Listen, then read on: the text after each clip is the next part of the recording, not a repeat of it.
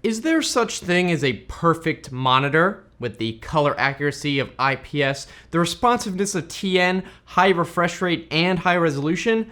Not quite, but we are getting there, and LG's new monitor, the UltraGear 27GL850, does come pretty close. Again, it's not perfect, but it does check pretty much all the boxes for what I would want in a monitor, which we will get into in a minute. Now, full disclosure, LG did send this monitor to me for free to review, and even though it might sound like I'm going to be overpraising it, you should know that I do get a lot of offers to review a lot of things, and I'm only going to accept things I'm probably going to like enough to use myself in the first place. But anyway, what is the deal with this monitor? The main selling point is that it's not only a 144Hz refresh rate IPS panel, but it actually has a 1 millisecond response time, which until now was pretty much unheard of in any IPS display. Usually if you want a response time that low, you'd have to go with a TN panel and give up the image quality of an IPS. Or sometimes there were monitors with a low motion blur mode, but you'd have to deal with side effects like luminance drop, flicker, or having to disable adaptive sync in that case. But if the claims are true with LG's monitor here, it would basically mean you're kind of getting the best of all worlds. Of course, we'll do some testing later in the video, so let's keep going over the rest of the features.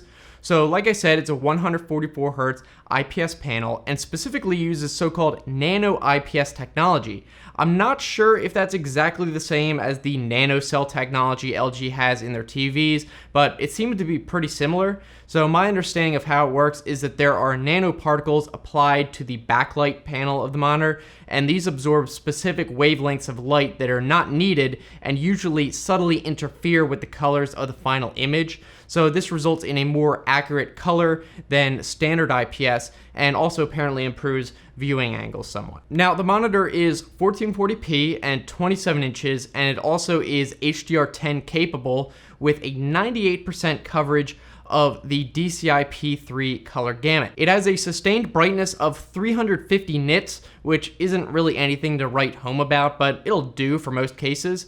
And it claims a 178-degree viewing angle, so you can pretty much look at it from any angle. One really important feature is that it does support adaptive sync in both the form of FreeSync and GSync, and has been tested by NVIDIA and verified as GSync compatible, meaning it will work fine with GSync without issue. This is different from having a full-blown GSync module installed, but that would have added significant cost to the monitor otherwise. As for the hardware and design, we can take a look at that next.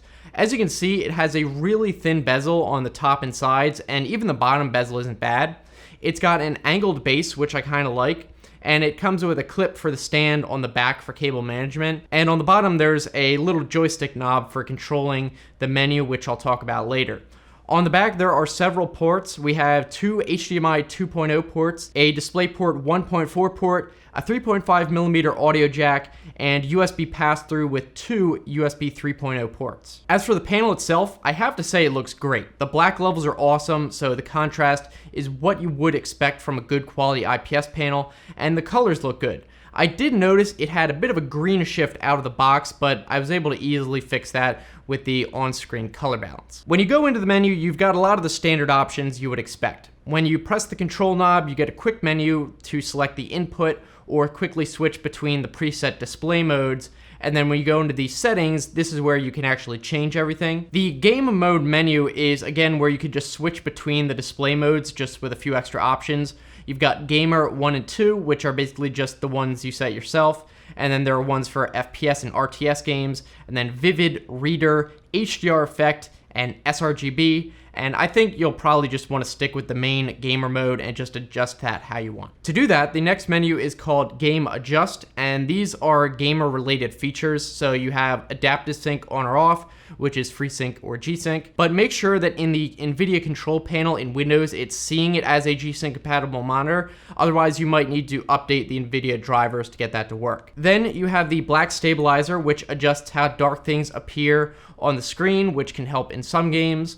The response time setting is self-explanatory, but we'll come back to that and test it out later.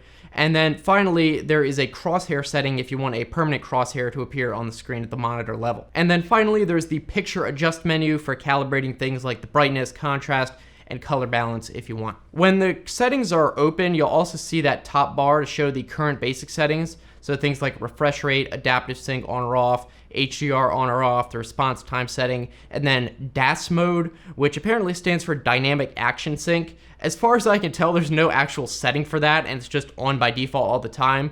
But I believe that what that does is make it so the signal from the graphics card goes to the display faster with no extra processing, which I think is called instant mode in other brands. So you'd probably want to keep that on all the time anyway. So now on to some testing. And I'd say one of the biggest features on this monitor obviously is the advertised 1 millisecond gray-to-gray response time.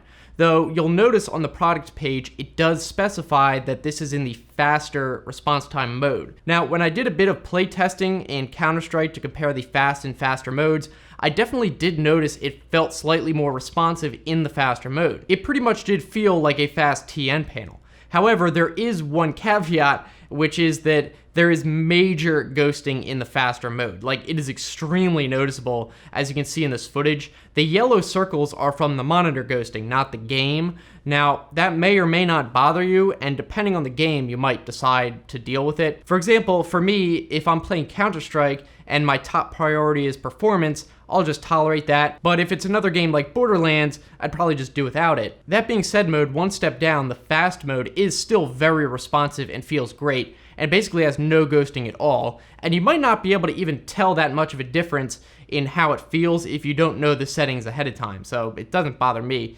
And my previous monitor was a 240 Hz TN panel, so I'm very sensitive to input latency, and I don't have problems with the fast setting, so that's probably the one you'll want to keep it on. I also wanted to test out the G-Sync, so I got some footage of that in slow motion. So here's an example with Borderlands 3 where I just kind of whipped the mouse around a bunch and took some super slow motion footage. And the most obvious tearing can be seen in this vertical pole, but there's definitely a ton of tearing all over the place when you're moving around really fast. And when you turn adaptive sync on though, all that goes away. I also tested it out on Counter-Strike, so when it's disabled again, there's lots of tearing you can especially see on the pole in particular, and when it's enabled, it's all gone. One note though, Counter-Strike seems to act weirdly with adaptive sync, where if it was in windowed full screen mode, it worked fine, but apparently didn't work in regular full screen mode, but I think that's just an issue with Counter-Strike, not the monitor. So you can always double check if it's working if your phone has a slow motion mode, and then you can just look for any screen tearing that way. As for HDR, it's definitely gonna vary from game to game. For example, I tried it in Borderlands 3, and while it does technically work, it looks kind of wonky and pretty dark, and I think it actually looks better without HDR at all. Also, Windows 10 itself also technically supports enabling HDR just on the desktop, but it basically sucks, so I would definitely not recommend enabling it all the time in Windows, unless you're playing a game